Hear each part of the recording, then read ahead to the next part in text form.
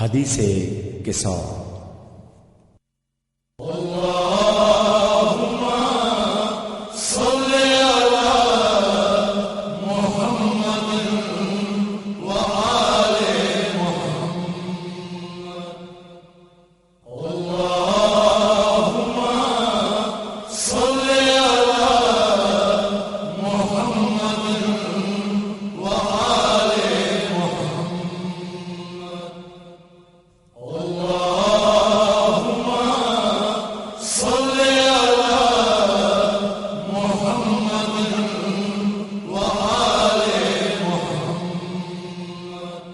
بسم الله الرحمن الرحيم.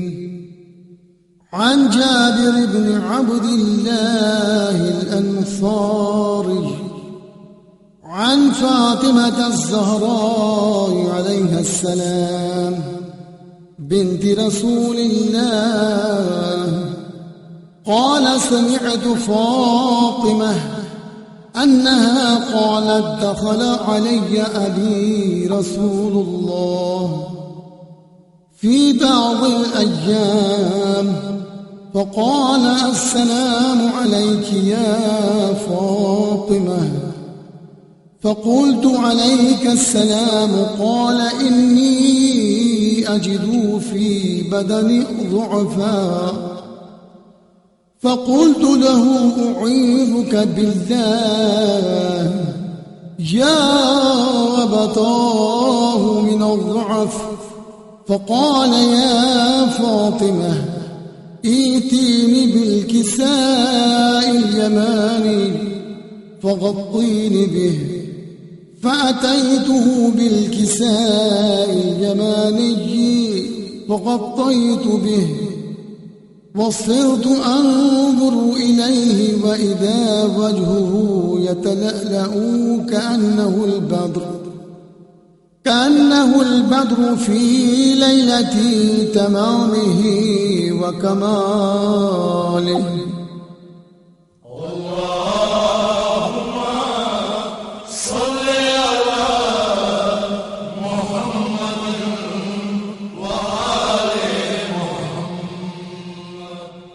فما كانت إلا ساعة وإذا بولدي الحسن قد أقبل وقال: السلام عليك يا أماه.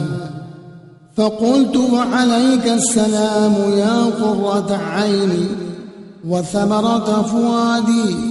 فقال: يا أماه، إني أشم عندك رائحة طيبة كأنها رائحة جد رسول الله. فقلت: نعم، إن جدك تحت الكساء. فأقبل الحسن نحو الكساء وقال: السلام عليك يا جداه يا رسول الله، أتأذن لي أن أدخل معك تحت الكساء؟ قال: وعليك السلام يا ولدي ويا صاحب حوضي، قد أذنت لك. فدخل معه تحت الكساء.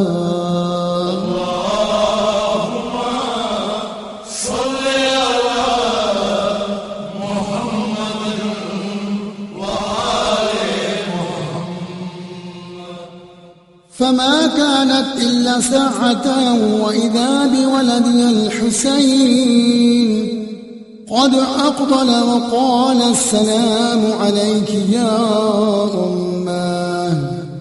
فقلت: وعليك السلام يا ولدي ويا قرة عيني وثمرة فؤادي. فقال لي: يا أماه، إني أشم عندك رائحة طيبة كأنها رائحة جد رسول الله. فقلت: نعم، إن جدك وأخاك تحت الكساء. فدنا الحسين نحو الكساء وقال السلام عليك يا جداه، السلام عليك يا من اختاره الله، أتأذن لي أن أدخل معكما تحت الكساء؟ فقال وعليك السلام يا ولدي ويا شافع أمتي، قد أذنت لك. فدخلا معهما تحت الكساء. اللهم صل على محمد وآل محمد. فأقبل عند ذلك أبو الحسن علي بن أبي طالب وقال السلام عليك يا بنت رسول الله. فقلت وعليك السلام يا أبا الحسن ويا أمير المؤمنين. فقال يا فاطمة إني أشم عندك رائحة طيبة كأنها رائحة أخي وابن عمي رسول الله. فقلت نعم ها هو مع ولديك تحت الكساء. فأقبل علي نحو الكساء وقال السلام عليك يا رسول الله، أتأذن لي أن أكون معكم تحت الكساء؟ قال له وعليك السلام يا أخي ويا وصي وخليفتي وصاحب لذاي، قد أذنت لك. فدخل علي تحت الكساء. اللهم صل على محمد وآل محمد. ثم آتيت نحو الكساء وقلت السلام عليك يا أبتاه يا رسول الله، أتأذن لي أن أكون معكم تحت الكساء؟ قال وعليك السلام يا بنتي ويا بضعتي، قد أذنت لك. فدخلت تحت الكساء. اللهم صل على محمد وآل محمد. فلما اكتملنا جميعا تحت الكساء أخذ أبي رسول الله بطرفي الكساء وأومأ بيده اليمنى إلى السماء وقال اللهم إن هؤلاء أهل بيتي وخاصتي وحامتي، لحمهم لحمي ودمهم دمي، يؤلمني ما يؤلمهم ويحزنني ما يحزنهم. أنا حرب لمن حاربهم وسلم لمن سالمهم وعدو لمن عاداهم ومحب لمن أحبهم. إنهم مني وأنا منهم، فاجعل صلواتك وبركاتك ورحمتك وغفرانك ورضوانك علي وعليهم، وأذهب عنهم الرجس وطهرهم تطهيرا. اللهم صل على محمد وآل محمد. فقال الله عز وجل يا ملائكتي ويا سكان سماواتي، إني ما خلقت السماء مبنية ولا أرضا مدحية، ولا قمرا منيرا ولا شمسا مضية ولا فلكا يدور ولا بحرا يجري ولا فلكا يسري إلا في محبة هؤلاء الخمسة الذين هم تحت الكساء. فقال الأمين جبرائيل يا ربي ومن تحت الكساء؟ فقال عز وجل هم أهل بيت النبوة ومعدن الرسالة، هم فاطمة وأبوها وبعلها وبنوها. اللهم صل على محمد وآل محمد.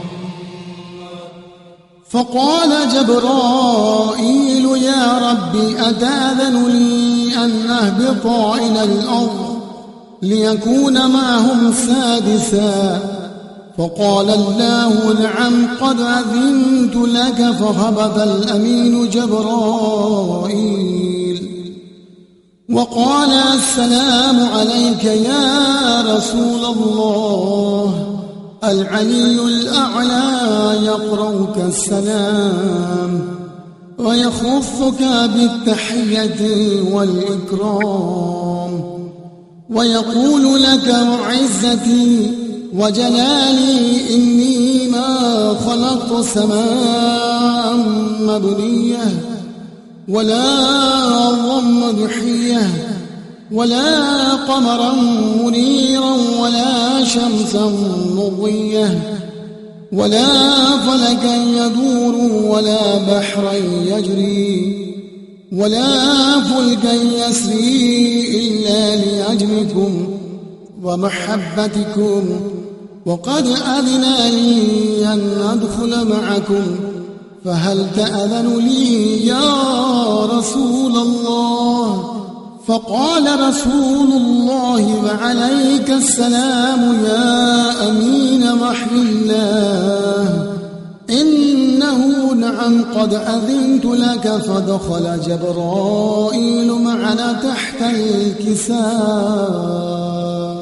اللهم صل على محمد وآل محمد. فقال لأبي إن الله قد أوحى إليكم يقول إنما يريد الله ليذهب عنكم الرجس أهل البيت ويطهركم تطهيرا. اللهم صل على محمد وآل محمد. فقال علي لأبي يا رسول الله أخبرني ما لجلوسنا هذا تحت الكساء من الفضل عند الله.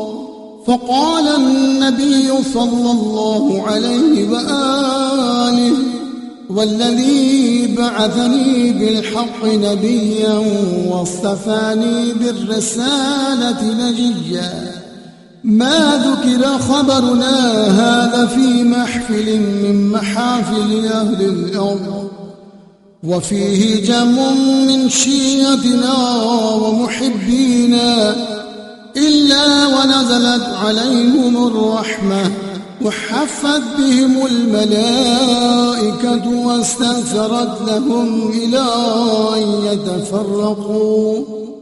فقال علي عليه السلام إذا والله فزنا وشيعتنا ورب الكعبة.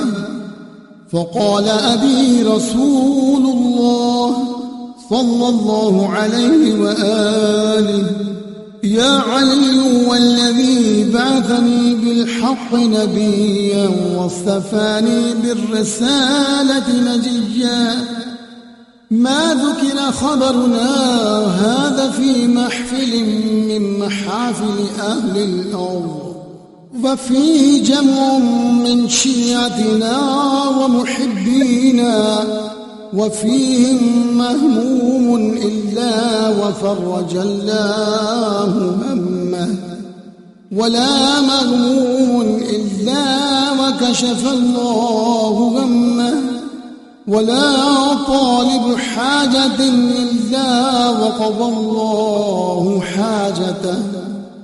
فقال علي عليه السلام: إذا والله فزنا وسعدنا، وكذلك شيعتنا فازوا وسعدوا في الدنيا والآخرة ورب الكعبة.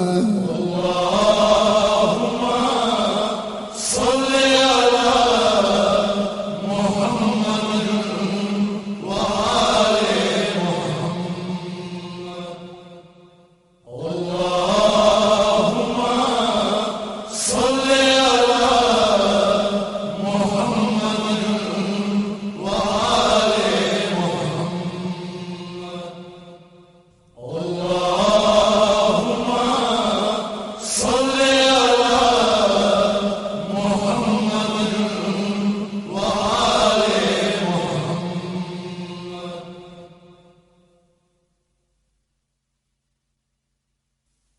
اللهم صل على محمد وآل محمد.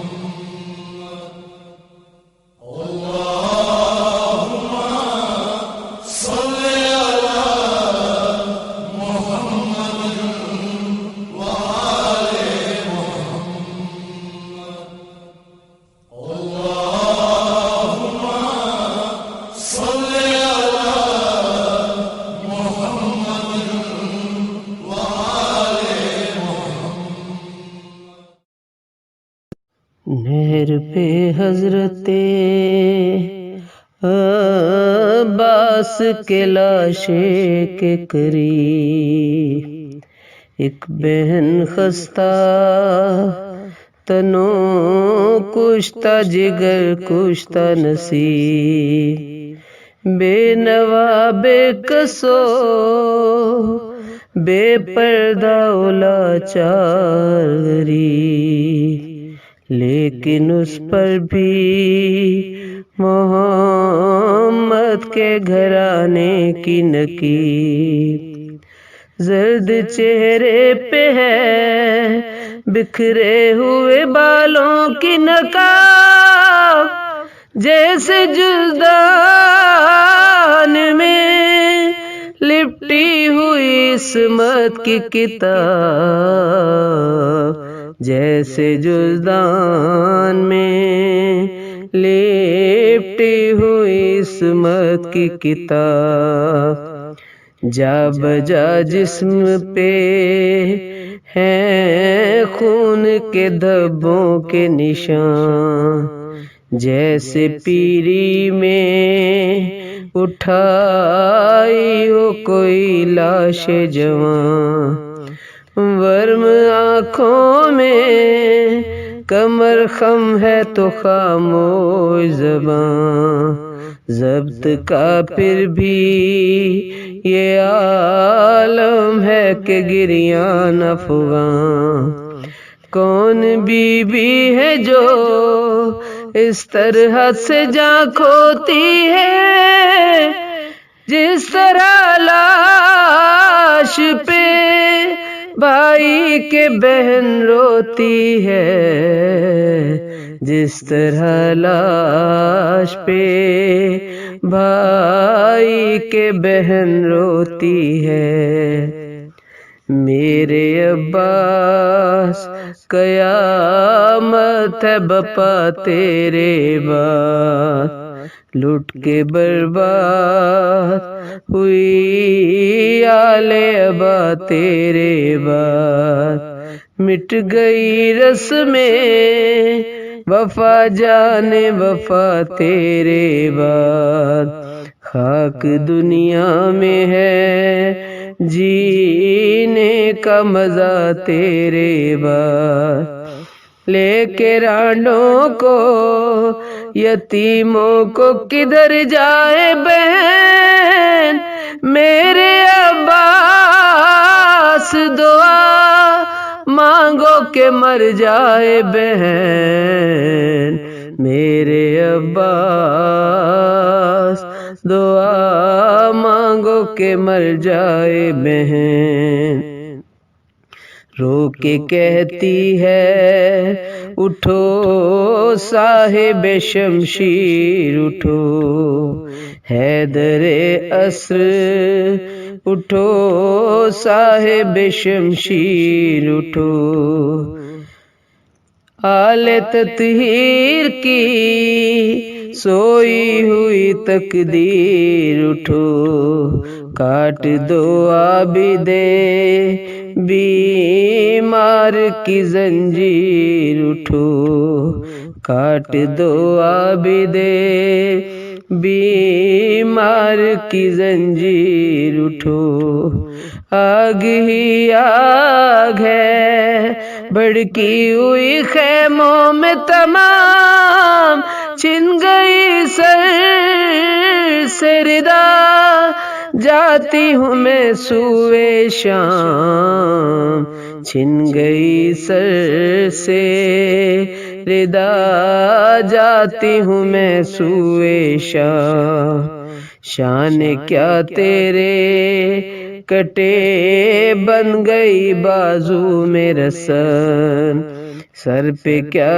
گرز لگا ہو گئی بے پردہ بہن، تیری کیا جان گئی مارے گئے شاہ زمان، فصل گل ایسی لٹی ہو گیا برباد چمن، چین سے سوئیں گے سب اہل ستم راتوں کو، ہوتے ادا کہ نہ سو پائیں گے ہم راتوں کو، ہوتے ادا کہ نہ سو پائیں گے ہم راتوں کو، میرے عباس قیامت ہے بپا تیرے بعد۔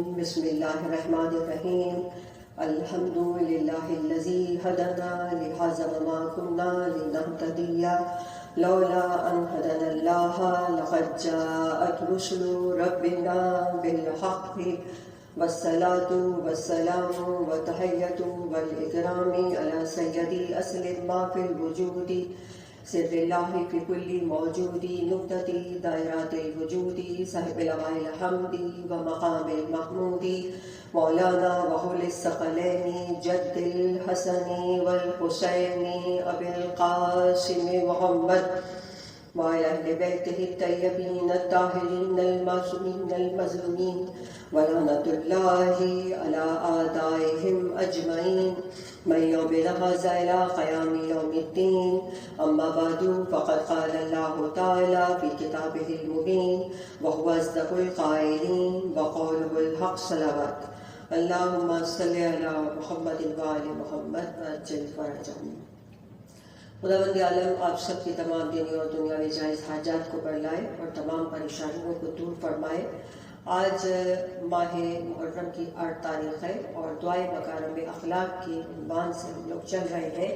8ویں مجلس سے خداوند عالم سے دعا ہے کہ وہ حضرت عباس علیہ السلام کے صدقے میں تمام عزاداروں کو اپنی حفظ و امان میں رکھے اور صحت و سلامتی زندگی عطا فرمائے اور ہمارے بچوں کو امام زمانہ کا سپاہی بنائے.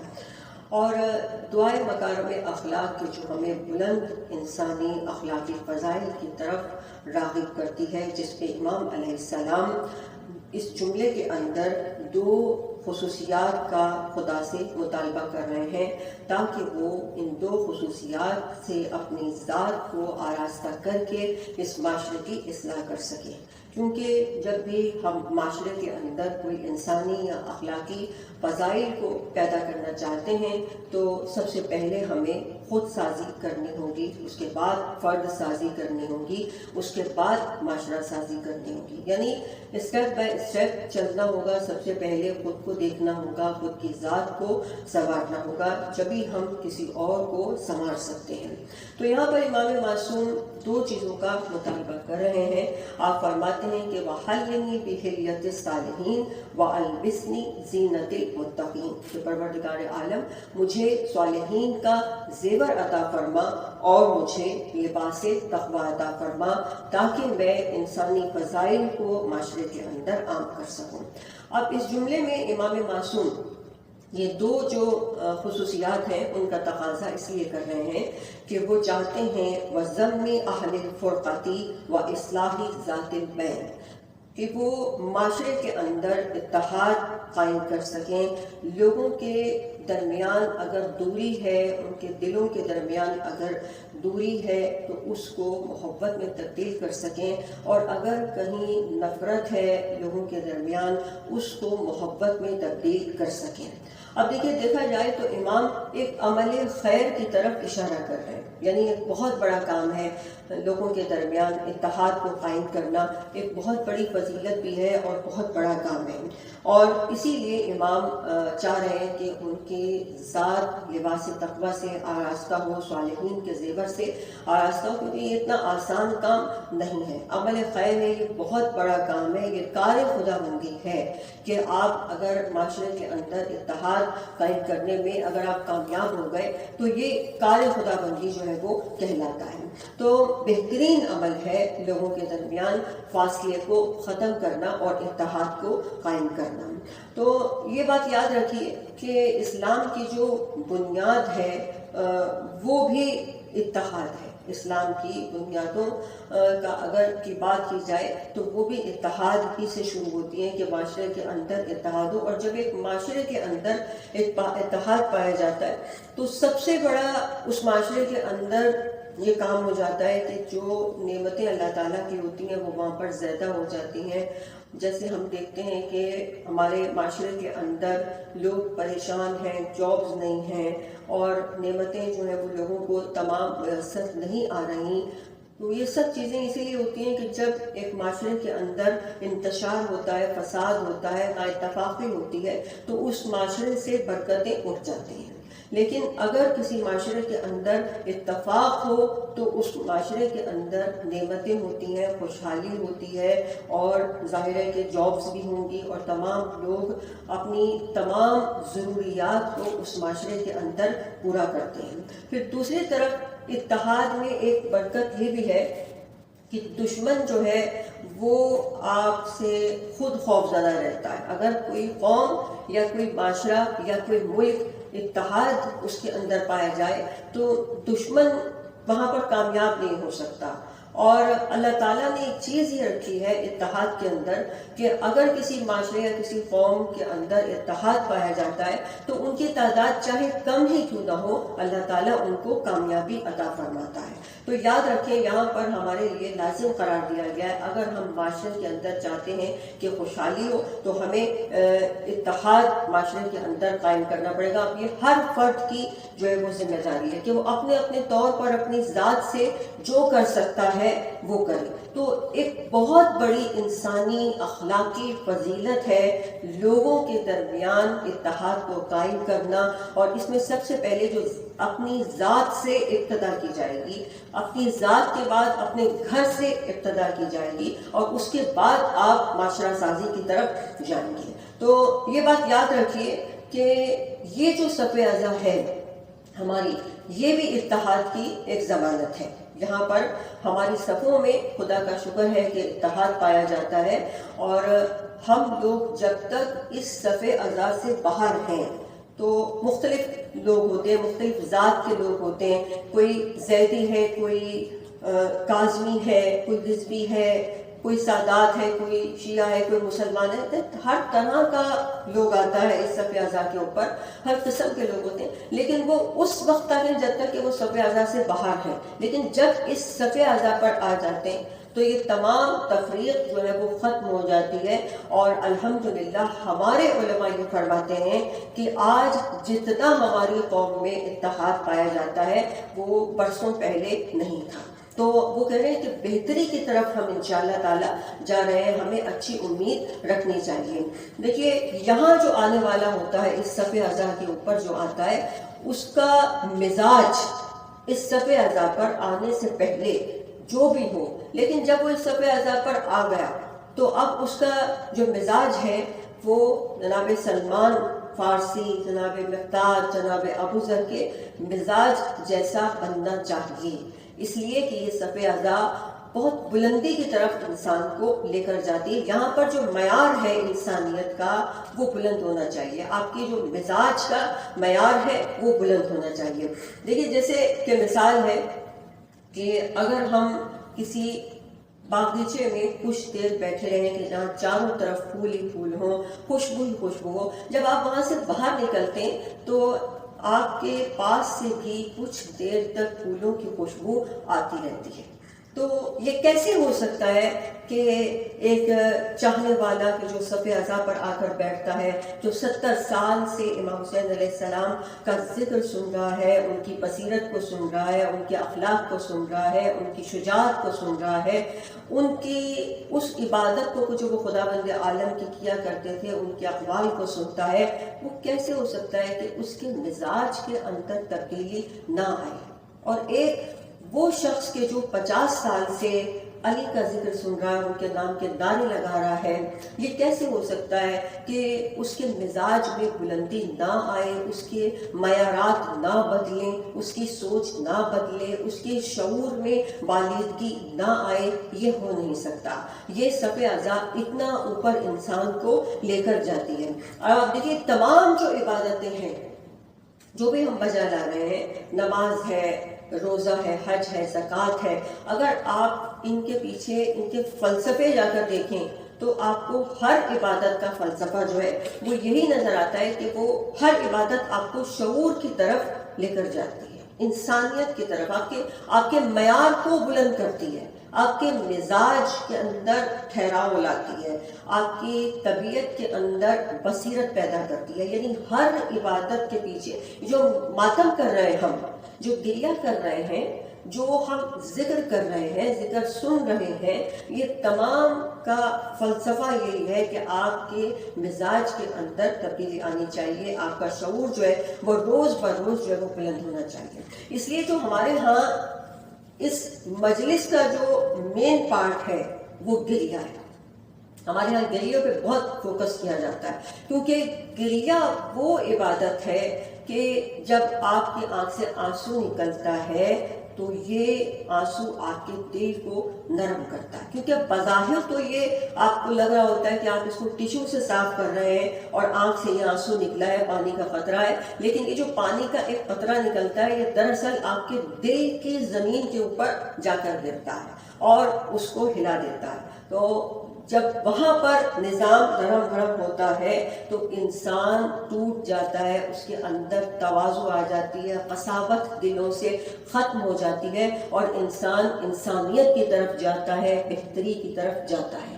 تو خدا کا شکر ہے کہ ہم لوگ اس صف اعضاء سے وابستہ ہیں، اور اسی لیے ایک شیعہ کا معیار جو شیعہ کہا گیا ہے، یہاں پر یہ یاد رکھیے کہ شیعہ کون ہے، کہ جس کو جناب فاطمہ زہرا نے کہا کہ وہ ہمارا شیعہ ہے کہ جو ہم کہتے ہیں وہ کرتا ہے، جس سے ہم روکتے ہیں وہ رک جاتا ہے۔ یہ عام سے الفاظ میں آپ شیعہ کی تعریف سمجھ لیں کہ اگر کوئی آپ سے پوچھے یا آپ کو خود سمجھنا ہو کہ شیعہ کسے کہتے ہیں تو جناب فاطمہ زہرا نے قیامت تک کے لیے ایک فارمولا دیا ہے کہ شیعہ وہ ہوتا ہے کہ جو ہماری بات مانتا ہے اور جس سے ہم روکے اس سے وہ رک جاتا ہے۔ تو یہاں اس شیعہ کی بات ہو رہی ہے کہ ایسا جو شیعہ ہوتا ہے وہ آپ کو کبھی بھی ایسا نہیں ملے گا کہ اس کے اندر شجاعت نہ پائی جاتی ہو، اس کے اندر اطاعت اور وفاداری جو ہے وہ نہ پائی جاتی ہو۔ دیکھیے جو برسوں سے سن رہا ہو اپنے امام کی شجاعت کو سن رہا ہو، ان کی بصیرت کو سن رہا ہو، اسی لیے اس شیعہ کے لیے کہا گیا کہ وہ شیعہ وہ ہے کہ جس کو چھٹے امام فرماتے ہیں کہ یہ جنت نعیم میں جائے گا۔ یہ واقعہ ملتا ہے بہار الانوار میں کہ ایک بار راوی کہتا ہے کہ ہم لوگ چھٹے امام کی خدمت میں پہنچے، تو آپ اس وقت اپنے اصحاب کے ساتھ بیٹھے ہوئے تھے، اور بھی لوگ وہاں پر بیٹھے ہوئے تھے، تو آپ نے فرمایا کہ یاد رکھو کہ زمین کے خزانوں کی جو چابیاں ہیں وہ ہمارے پاس ہیں، اور اگر ہم ٹھوکر مار دیں تو زمین اپنے خزانے اگل دے۔ اب یہ راوی کہتا ہے کہ امام نے نہ صرف کہا بلکہ ٹھوکر ماری اور زمین شکافتہ ہو گئی۔ امام نے اس شکاف میں ہاتھ ڈالا اور اندر سے سونے کی ایک اینٹ نکالی، اور جب امام نے سونے کی اینٹ نکالی تو ہمیں دکھا کے آپ نے فرمایا کہ یہ اچھی طریقے سے دیکھ لو، پھر بعد میں کسی شک اور شبہ میں نہ پڑنا، شک مت کرنا، بعد میں دیکھ لو اچھے طریقے سے کہ زمین پھٹی ہے اور یہ خزانہ جو زمین کے اندر ہے وہ دیکھ لو۔ اب یہ راوی کہتا ہے کہ ہم لوگوں نے اس شگاف کے اندر جھانکا تو دیکھا کہ وہ اینٹوں سے سونے کی بھرا ہوا ہے، اور ایک اینٹ کے اوپر دوسری اینٹ چنی ہوئی ہے۔ تو یہ کہتا ہے راوی کہ میں نے مولا سے کہا کہ مولا میری جان آپ پر قربان، آپ کے شیعہ مفلس ہیں، فقیر ہیں، آپ یہ سونے کی اینٹیں ان کو دے دیجئے۔ تو آپ نے فرمایا کہ اللہ تعالیٰ ہمیں اور ہمارے شیعوں کو آخرت میں ایک جگہ رکھے گا اور انہیں جنت نعیم میں داخل کرے گا، ان کے دشمنوں کو جہنم میں داخل کرے گا، اور یہ اینٹیں جو سونے کی تم دیکھ رہے ہو یہ جہنم کا ایندھن ہے۔ تو دیکھا آپ نے کہ ایک جو شیعہ ہے جو اپنے مولا کے معیارات پہ چلتا ہے، جو ایک معیار اس کے مولا نے دیا ہے، تو وہ جنت نعیم میں داخل ہوگا۔ تو وہ شیعہ ہے کہ جو کبھی آپ کو موت سے فرار کرتا ہوا نہیں دکھائی دے گا، اطاعت اور فرما برداری کرتا ہوا دکھائی دے گا، وہ پیسے کا طلبگار نہیں ہوگا، وہ حکومت کا طلبگار نہیں ہوگا۔ دیکھیے ایسا کیسے ہو سکتا ہے کہ جس شیعہ نے اپنے امام کی اطاعت جو کی گئی، لوگوں نے جو امام کی اطاعت کی، جو ان کے اصحاب تھے، اور خاص طور پر حضرت عباس کی اطاعت وفاداری کو ایک شخص جو سن رہا ہے، دیکھیے کوئی 20 سال سے سن رہا ہے، کوئی 70 سال سے سن رہا ہے، کوئی 80 سال سے سن رہا ہے، یہ کیسے ہو سکتا ہے کہ وہ اطاعت اور فرما برداری اس کے اندر نہ پائی جاتی ہو کہ جو اس کے مولا کے اندر تھی؟ یہ کیسے ہو سکتا ہے؟ دیکھیے عطا نیشا پوری ایک واقعہ نقل کرتے ہیں ایک مرشد اور اس کے 2 مریدوں کا۔ وہ کہتے ہیں کہ ایک مرشد صاحب تھے اور اس کے 2 مرید تھے، اور وہ ایک مرید جو تھا وہ اس سے بہت زیادہ محبت کرتے تھے دوسرے کے مقابلے میں۔ اب کسی نے ان سے کہا کہ کیا وجہ ہے کہ آپ اپنی جو دوسرا مرید ہے اس سے بہت محبت کرتے ہیں؟ تو انہوں نے کہا کہ میں تمہیں کسی وقت دکھاؤں گا کہ میں کیوں اس سے زیادہ محبت کرتا ہوں۔ تو ایک دن جب کچھ لوگ ان کے پاس بیٹھے ہوئے تھے تو انہوں نے پہلے والے مرید کو بلایا اور اسے کہا کہ دیکھو یہ جو باہر اونٹ بندھا ہوا ہے اسے اوپر چھت پر لے جاؤ۔ اس نے کہا کہ مرشد صاحب یہ کیسے چھت پر جائے گا، یہ تو بہت بڑا ہے، ہمارے پاس کوئی چیز نہیں ہے اس کو اوپر لے جانے کی۔ انہوں نے کہا ٹھیک ہے تم ٹھیک کہہ رہے ہو، جاؤ باہر چلے جاؤ۔ وہ چلا گیا، دوسرے کو بلایا کہ جس سے لوگ کہتے تھے کہ یہ محبت زیادہ کرتے ہیں۔ اس نے کہا کہ یہ جو اونٹ باہر بندھا ہوا ہے اسے چھت پہ لے جاؤ۔ اس نے کہا جیسا آپ کا حکم۔ وہ چلا گیا۔ اب یہ لوگ باتیں وغیرہ کرنے لگے۔ مرشد صاحب سے کچھ دیر کے بعد ان کو خیال آیا کہ ذرا دیکھیں تو صحیح وہ کیا کر رہا ہے۔ اب جو انہوں نے باہر جھانک کے دیکھا تو وہ مرید جو ہے وہ پوری کوشش کر رہا ہے اس اونٹ کو چھت پر لے جانے کی، پوری کوشش کر رہا ہے اور ہانپ رہا ہے، کانپ رہا ہے، لیکن وہ یہ سوال نہیں اٹھا رہا اپنے مرشد کے سامنے کہ اس اونٹ کو اوپر چھت پر لے جانے کی کیا ضرورت ہے۔ وہ اپنا دماغ نہیں چلا رہا، وہ فقط اطاعت کر رہا ہے۔ تو انہوں نے کہا تمہیں سمجھ میں آیا کہ میں کیوں اس سے زیادہ محبت کرتا ہوں، کیونکہ یہ اطاعت اور فرما برداری کرتا ہے۔ اب دیکھیں پوری تاریخ میں نہیں ملتا کوئی مورخ نہیں دکھا سکتا کہ کہیں حضرت عباس نے امام حسین علیہ السلام کو مشورہ دیا ہو یا ان کی اطاعت نہ کی ہو، کہیں آپ کو نہیں ملتا۔ اسی لیے آپ دیکھیے کہ آیت اللہ قاضی طباطبائی فرماتے ہیں کہ امام حسین علیہ السلام جو ہے وہ رحمت واسعہ ہے، یعنی ایسی رحمت کہ جس کی کوئی انتہا نہیں، جس کی کوئی حد نہیں۔ اس رحمت واسعہ کا دروازہ حضرت عباس، دیکھیے کتنی بڑی بات ہے۔ اسی لیے ہمارے چھوٹے امام فرماتے ہیں کہ جب ملائکہ کے بھی پر ہوتے ہیں، اور یہ علماء اخلاق نے بھی اس بات کی تفسیر کی ہے کہ ملائکہ کے بھی پر ہیں، اور حضرت عباس کے لیے بھی کہا گیا کہ وہ پرواز کریں گے۔ چھٹے امام نے فرمایا کہ جب انبیاء ان کا مقام دیکھیں گے وہاں پر تو غبطے کھائیں گے کہ یہ مقام حضرت عباس کا۔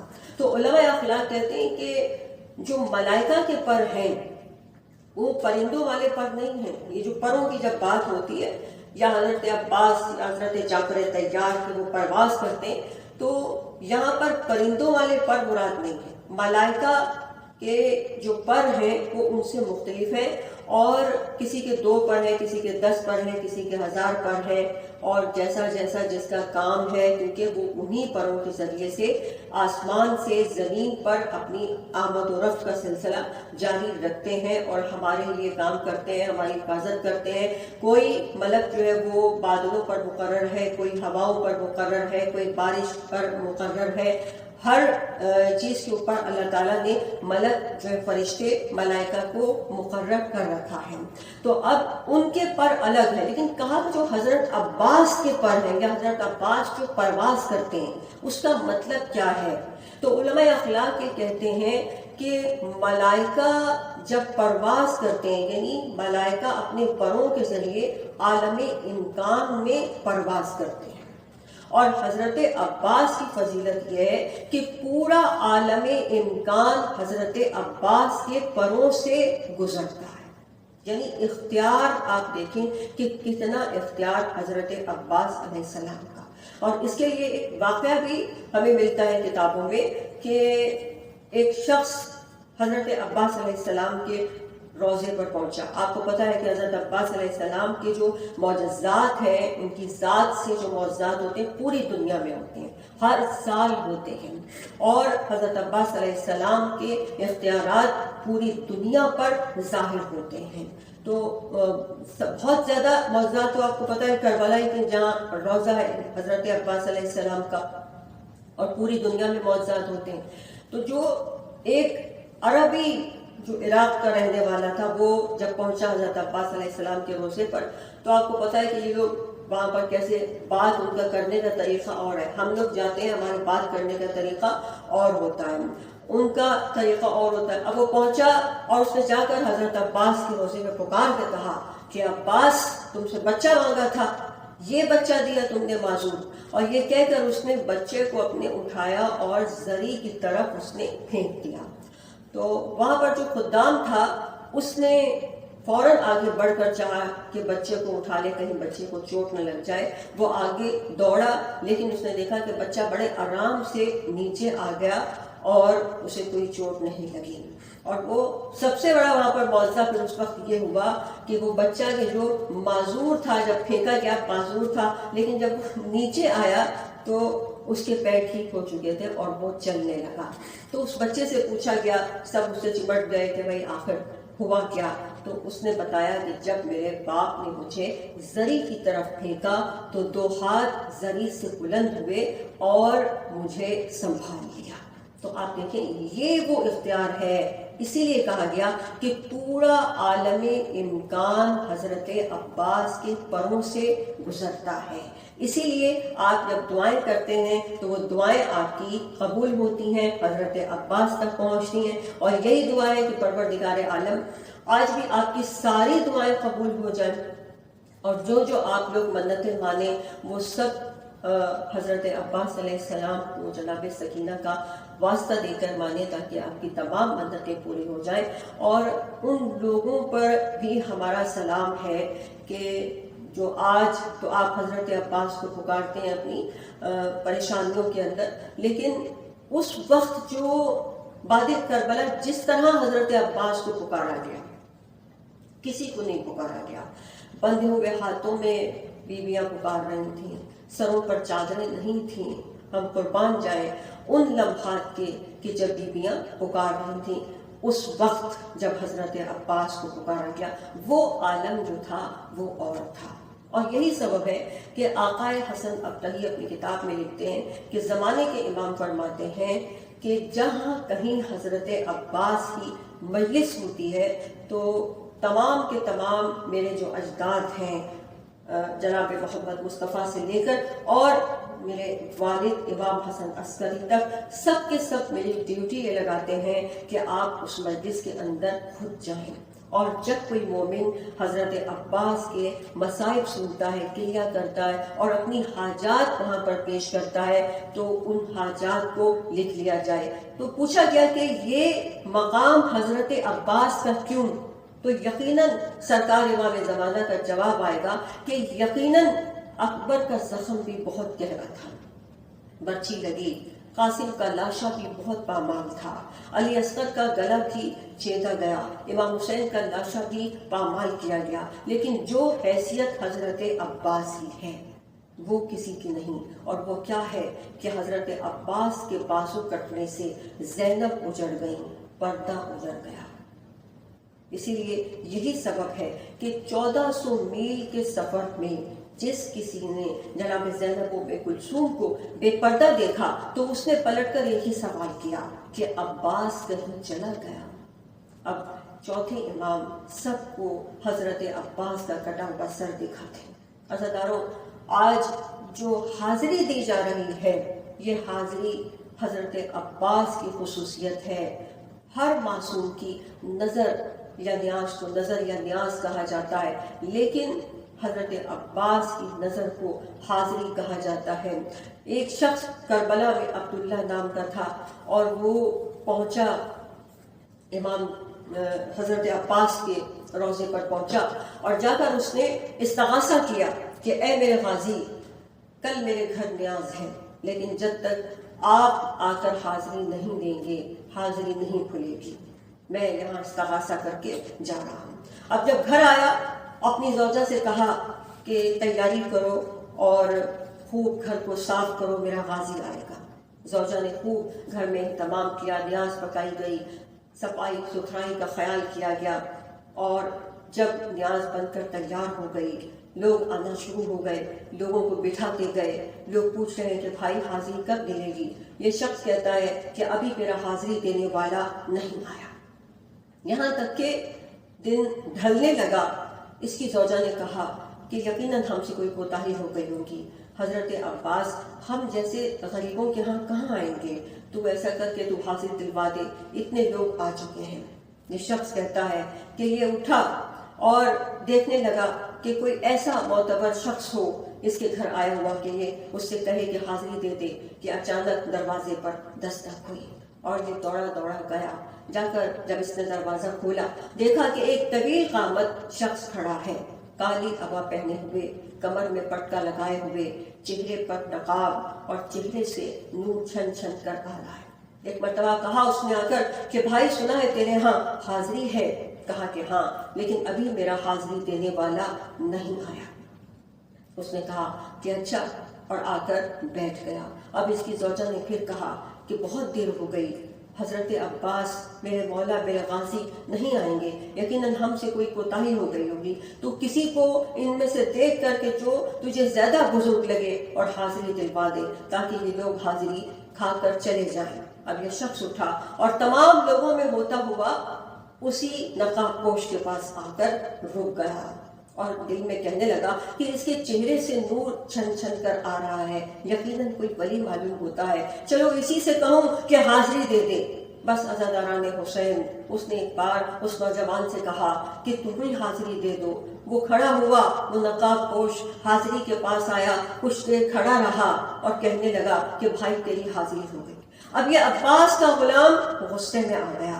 اس نے کہا اے شخص، تو نے میرے غازی کی توہین کی ہے، تو نے اپنے ہاتھ کیوں نہیں اٹھائے؟ تو نے ہاتھ نیچے کر کے کیوں حاضری دی؟ تو نے ہاتھ کیوں نہیں اٹھائے؟ تو نے میرے غازی کی توہین کی ہے۔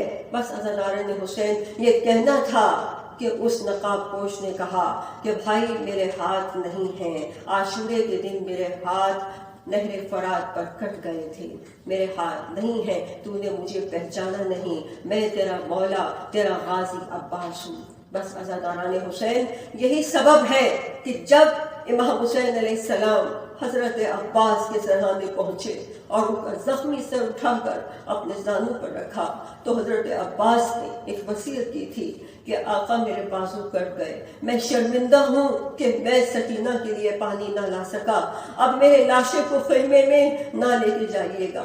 بس عزاداران حسین میں نے تاریخ میں اتنا ہی پڑھا کہ جناب سکینہ ہاتھ میں کوزہ لیے کھڑی تھیں، دور سے علم آتا ہوا دیکھا، امام حسین نے خون بھرا علم اٹھا رکھا تھا اور خیموں کی طرف آ رہے تھے۔ ایک بار جناب سکینہ نے دیکھا کہ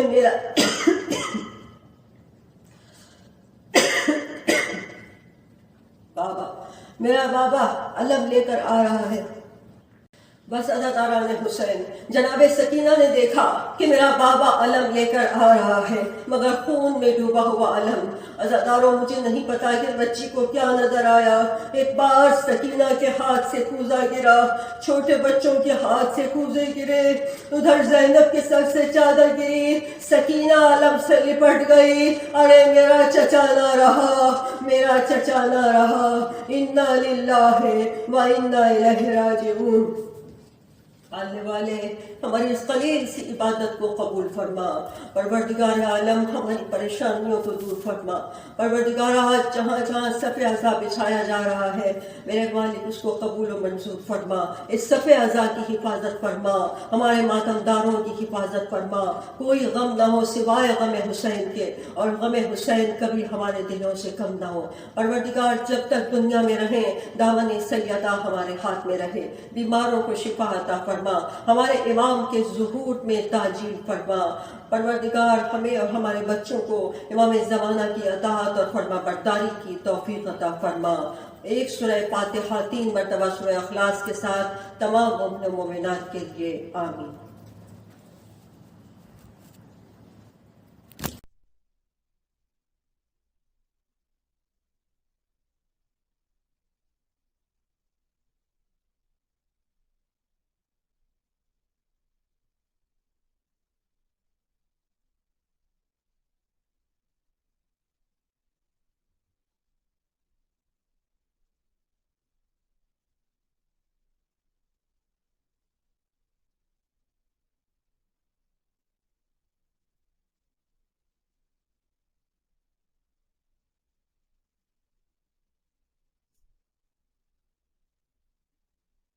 ماتم حسین یا حسین یا حسین یا حسین یا حسین یا حسین۔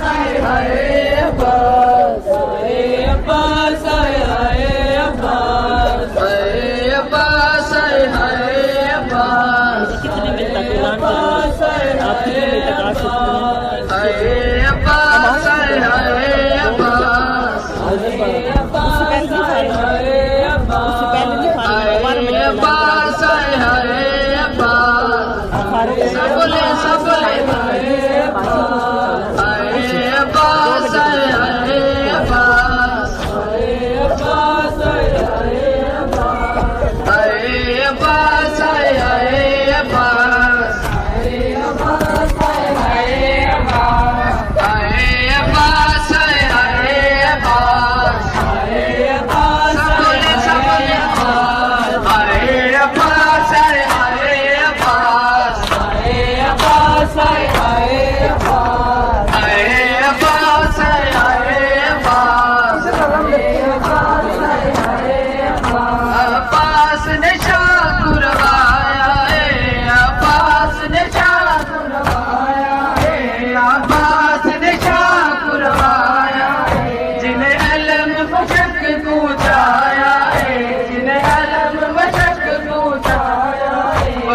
سلطائے باہر کفا عباس آئے عباس آئے ہائے عباس آئے عباس آئے ہائے عباس آئے عباس آئے ہائے عباس آئے عباس آئے ہائے عباس نے شاہ کروایا ہے عباس نے شاہ کروایا ہے جنہیں علم مشق پہنچایا ہے جنہیں علم مشق پہنچایا ہے جڑا سلطائے بھائی کفا عباس آئے عباس آئے ہائے عباس جڑا سلطائے بھائی کفا عباس آئے عباس آئے ہائے عباس آئے عباس آئے ہائے عباس آئے عباس آئے ہائے عباس آئے عباس آئے ہائے عباس آئے عباس آئے ہائے عباس ارمان میں کوئے دادا ہے ارمان میں کوئے دادا ہے ارمان میں کوئے کھانا ہے ارمان میں کوئے کھانا ہے عباس نظر نہیں آتا ہے عباس نظر نہیں آتا ہے ایک باری پہ سرٹ پھرا عباس آئے عباس آئے ہائے عباس ایک باری پہ سرٹ پھرا عباس آئے عباس آئے ہائے عباس آئے عباس آئے ہائے عباس آئے عباس آئے ہائے عباس آئے عباس آئے ہائے عباس آئے عباس آئے ہائے عباس آئے بال دوشادے پیاسے ہائے بال دوشادے پیاسے ہائے بال دوشادے پیاسے دن ماں باپ پیا کو دلا سے دن ماں باپ پیا کو دلا سے کڑ دیکھ دین ڈرا عباس آئے عباس آئے ہائے عباس کڑ دیکھ دین ڈرا عباس آئے عباس آئے ہائے عباس آئے عباس آئے ہائے عباس آئے عباس آئے ہائے عباس آئے عباس آئے ہائے عباس آئے عباس آئے ہائے عباس علی اصغر پانی منگے آئے علی اصغر پانی منگے آئے علی اصغر پانی منگے آئے میرے حرمل مول نہ سنگے آئے میرے حرمل مول نہ سنگے آئے جتا ظلم دا تیر چلا عباس آئے عباس آئے ہائے عباس جتا ظلم دا تیر چلا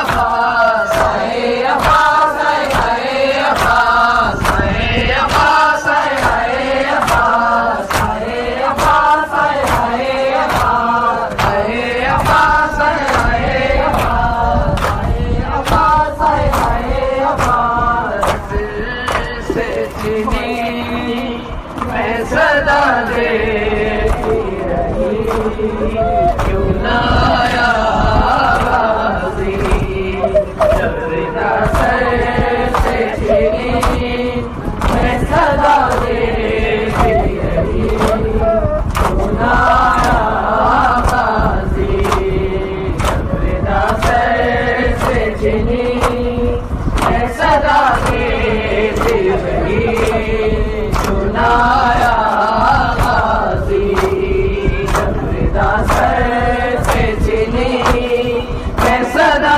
دیتی رہی کیوں نہ آیا غازی جب ردا سر سب جواب دے سب جواب دے میں صدا دیتی رہی کیوں نہ آیا غازی جب ردا سر سے چینی میں صدا دیتی رہی کیوں نہ آیا غازی جب ردا سر سے چینی میں صدا دیتی رہی کیوں نہ آیا غازی آل عمران کہا یہ زندان کہا یہ بہن قید نبی کیوں نہ آیا غازی جب ردا سر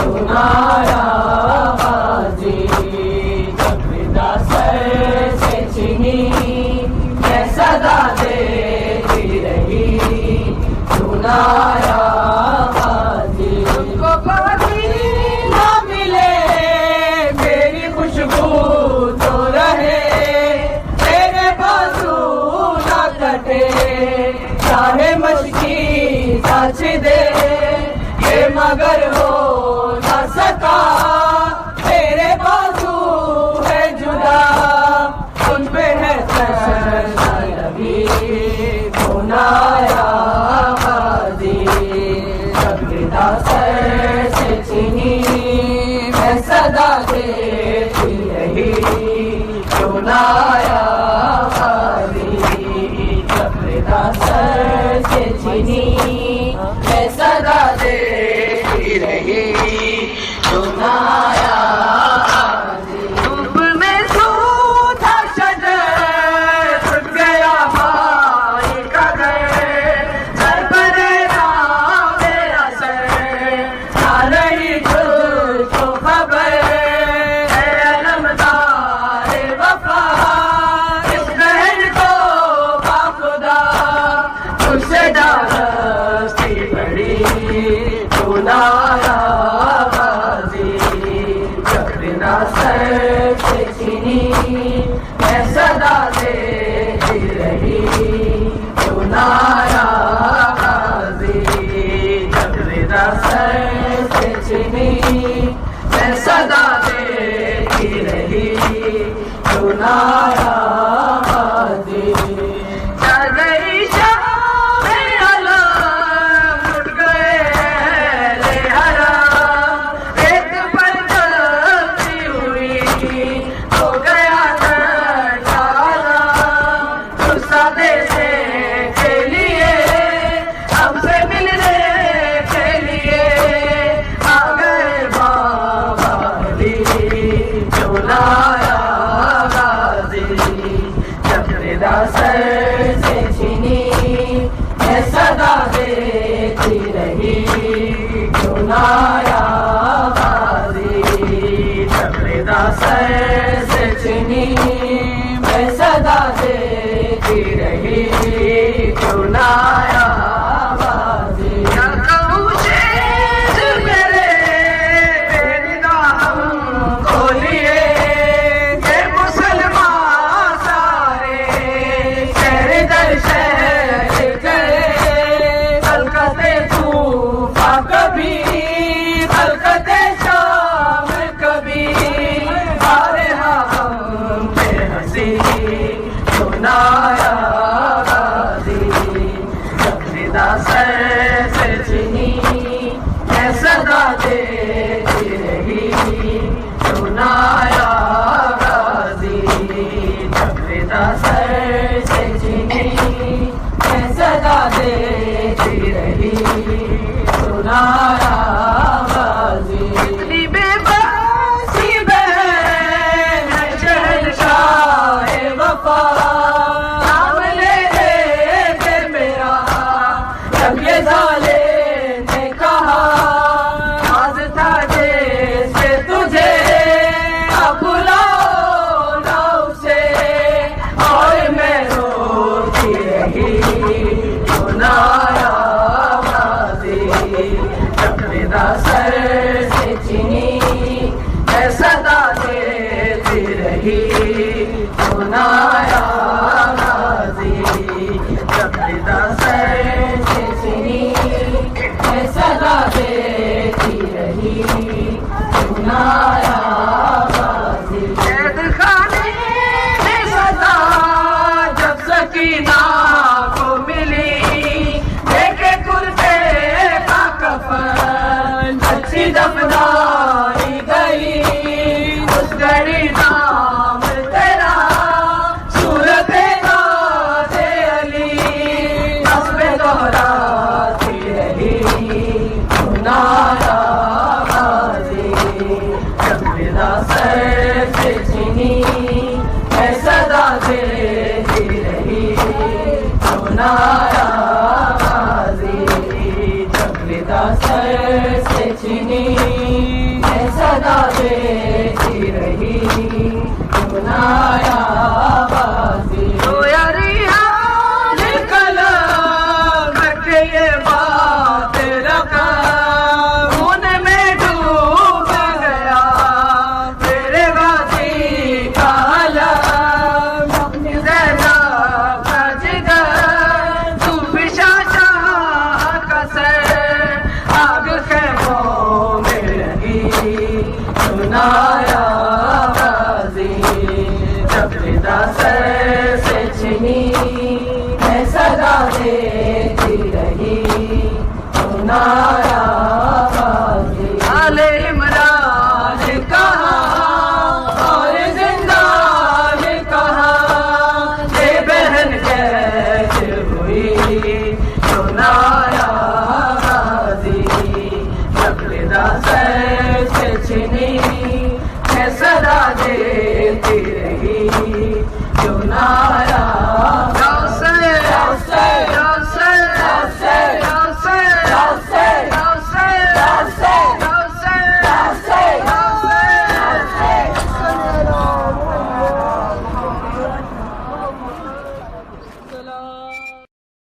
بر محمد وآل محمد صلوات اللہم صلی علی محمد وآل محمد وعجل فرجہم.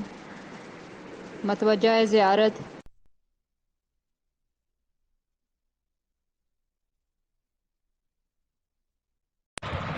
السلام علیکہ یا ابا عبداللہ، السلام علیکہ یا ابن رسول اللہ، السلام علیکہ یا ابن سید الوصیین، السلام علیکہ یا ابن فاطمۃ الزہرا سیدۃ النساء العالمین، السلام علیکہ یا ابو الفضل العباس، السلام علیکہ یا شہزادہ اکبر، السلام علیکہ یا جمیع الشہداء، السلام علیکم ورحمۃ اللہ وبرکاتہ. السلام علیکہ یا غریب الغرباء، السلام علیکہ یا معین الضعفاء والفقراء، السلام علیکہ یا شمس الشموس، السلام علیکہ یا نیس النفوس، السلام علیکہ یا ای المدفون بالجتوس، السلام علیکہ یا سلطان العرب والعجم، السلام علیکہ یا ابوالحسن یا علی بن موسی رضا الراضی بالقدر والقضاء. السلام علیکم ورحمۃ اللہ وبرکاتہ. السلام علیکہ یا صاحب العصر والزمان الامان الامان الامان، السلام علیکہ یا شریک القرآن، السلام علیکہ یا حجت الرحمن، السلام علیکہ یا امام انس والجان، السلام علیکہ یا کامل کفر والطغیان، السلام علیکہ یا دافع الظلم والعدوان، السلام علیکہ یا امام زماننا هذا اجل اللہ تعالی فرجک وسال اللہ مخرجک وظہورک. السلام علیکم ورحمۃ اللہ وبرکاتہ. بسم اللہ الرحمن الرحیم. اللہم کل ولیک الحجت ابن الحسن صلواتک علیہ وعلی آبائے فی ہذہ الساعہ وفی کل ساعہ ولیاً وحافظاً وقائداً وناصراً ودلیلاً وعینا حتی تسکنہ ارضک طوعا وتمتعہ فیہا طویلا. بسم اللہ الرحمن الرحیم. سبحانک یا لا الہ الا الغوث الغوث خلصنا من النار یا رب یا رب یا رب یا رب یا رب یا رب یا رب. یا رب یا رب یا رب یا رب یا رب یا